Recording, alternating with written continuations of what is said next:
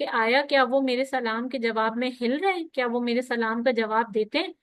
اور پھر وہ کیا کرتے تھے، وہ جو ہے نا وہ آپ صلی اللہ علیہ وآلہ وسلم کے قریب نماز پڑھتے تھے اور کوشش کرتے تھے جتنا قریب قریب رہ سکے نا ان کے اتنا قریب قریب رہتے۔ تو وہ کہتے ہیں کہ وہ خود بتاتے ہیں حضرت کعب کہ جب میں نماز پڑھتا تھا تو مجھے ایسا وہم، ایسا گمان ہوتا تھا جیسے آپ صلی اللہ علیہ وآلہ وسلم مجھے مسلسل دیکھ رہے ہیں، لیکن میں جو ہی پیچھے مڑتا تھا نا تو آپ صلی اللہ علیہ وآلہ وسلم اپنا چہرہ مجھ سے پھیر لیتے تھے۔ یعنی اب یہ کوئی عام انسان نہیں ہے جو ناراض ہیں، یہ جو ہے رحمت للعالمین ہے، رسول صلی اللہ علیہ وآلہ وسلم ہے جو ناراض ہیں۔ اور پھر اس کے علاوہ جتنے بھی مسلمان تھے ان سب لوگوں نے حضرت کعب سے بے رخی کر لی تھی، اور باقی دو صحاباؤں سے بھی کوئی ان سے بات نہیں کرتا تھا۔ تو پھر ایک دن بتاتے ہیں کہ کیا ہوا کہ ایک دن نا یہ حضرت کعب شدید تنگ آ گئے، اور انہوں نے کیا کیا، ابو قتادہ رضی اللہ تعالی عنہ کے باغ میں دیوار پھیلان کر یہ اندر چلے گئے جو ان کے چچا زاد تھے، کزن تھے، اور انہوں نے جا کر جو ہے نا ابو قتادہ سے جو ہے وہ سلام کیا،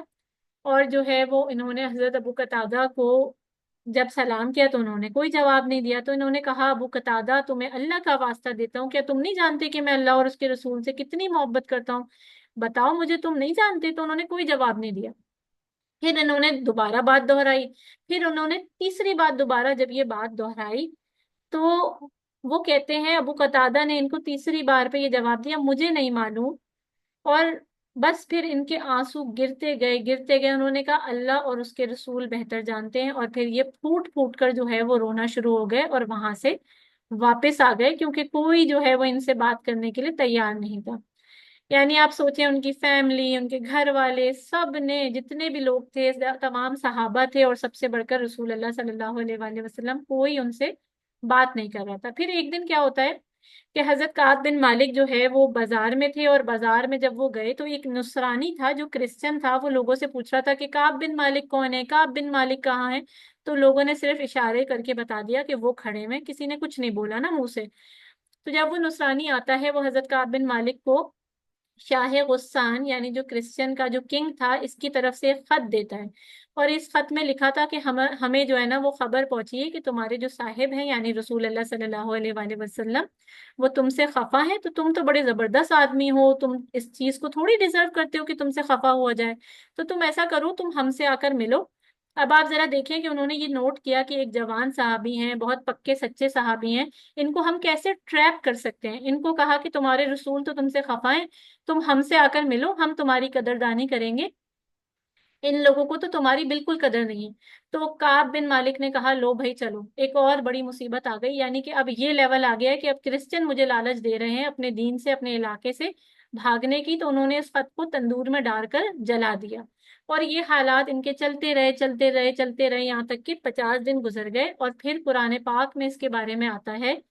کہ زمین باوجود اپنی کشادگی کے ان پر تنگ ہو گئی۔ یعنی قرآن میں یہ کمنٹری اس طرح کی آتی ہے، اور حضرت کعب کہتے ہیں کہ بالکل ایسے ہی حالات تھے کہ زمین کی وسعت کے باوجود مجھے ایسا لگتا تھا کہ سب کچھ میرے اوپر تنگ کر دیا گیا ہے، میری پوری زندگی تباہ و برباد ہو گئی ہے۔ اور پھر کہتے ہیں کہ 50 دن کی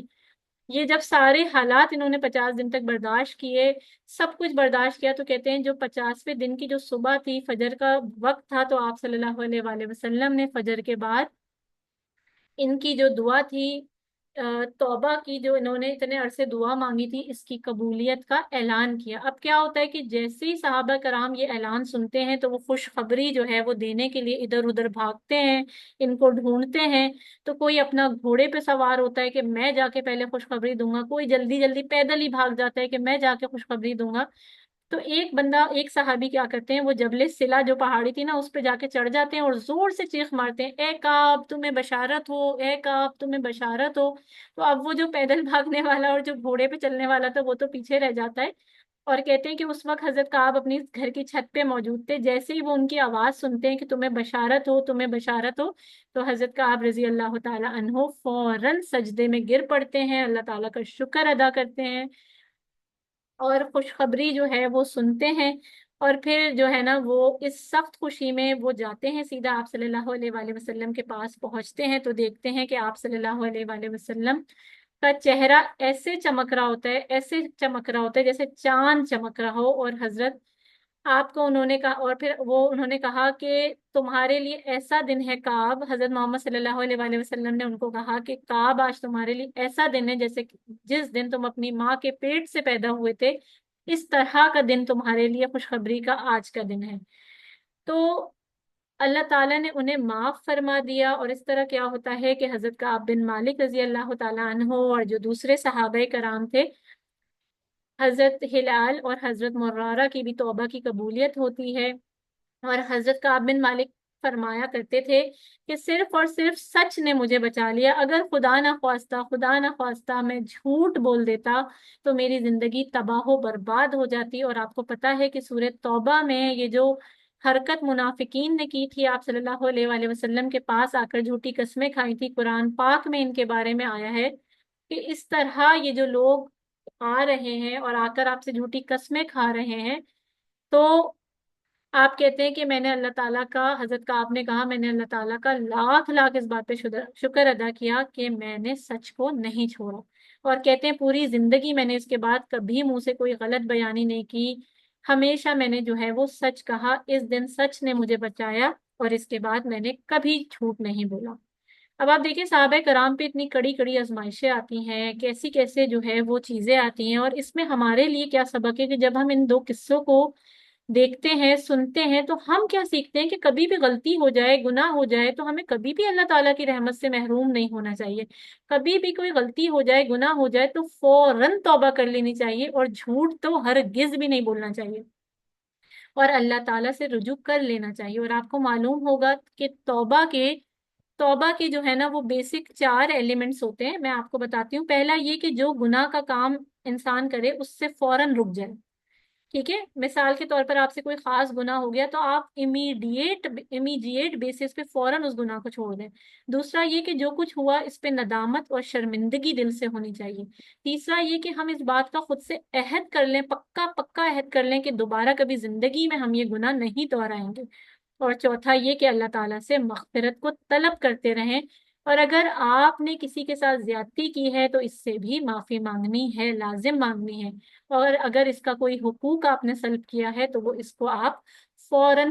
ادا کر دیں۔ اب یہ جو توبہ کی چاروں باتیں ہیں جب یہ پوری ہو جاتی ہیں، اس کے بعد اگر دوبارہ کوئی گناہ ہو جاتا ہے تب دوبارہ آپ کو سچے دل سے توبہ کرنی ہوگی، فوراً اس کام کو روکنا ہوگا، ندامت اور شرمندگی آپ کو محسوس ہونی چاہیے، خود سے عہد کریں کہ دوبارہ ہم کبھی اس کام کو نہیں کریں گے،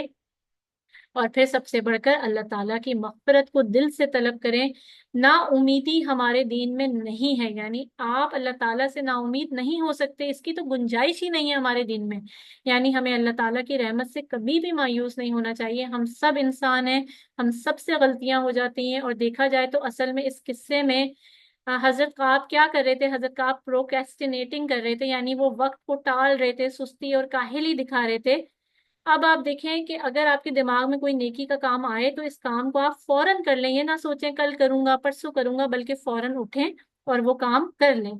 اور دوسرا اس کے علاوہ یہ چیز ہے کہ جب اس طرح کی کوئی بات ہو جائے تو آپ نے رجوع اللہ کو نہیں چھوڑنا۔ ہم صحابہ کرام کے واقعات پڑھ رہے ہیں، اس کی وجہ بھی یہی ہے کہ وہ معصوم نہیں تھے، ان سے غلطیاں ہو جایا کرتی تھیں، اور جب غلطیاں ہو جاتی تھیں تو وہ اللہ تعالیٰ سے مغفرت کو طلب کرتے تھے اور گڑ گڑاتے تھے اور روتے تھے اور توبہ کرتے تھے۔ یہ ہمارے لیے مثالیں ہیں کہ بڑی سے بڑی غلطی انسان ہو جاتی ہے، انسان نسیان ہے، بھول جانے والی شے ہے، تو فوراً اللہ تعالیٰ سے توبہ کریں، اس کام کو چھوڑ دیں اور رجوع اللہ کریں، خود سے عہد کریں کہ ہم یہ کبھی نہیں کریں گے۔ اللہ تعالیٰ رحیم ہے، کریم ہے، غفور ہے، وہ انشاءاللہ ہم سب کو ضرور معاف کر دیں گے۔ سبحانک اللہم و بحمدک، اشہد ان لا الہ الا انت، استغفرک و اتوب الیک۔ سبحان ربک رب العزت عما یصفون وسلام علی المرسلین والحمد للہ رب العالمین۔ السلام علیکم ورحمۃ اللہ وبرکاتہ۔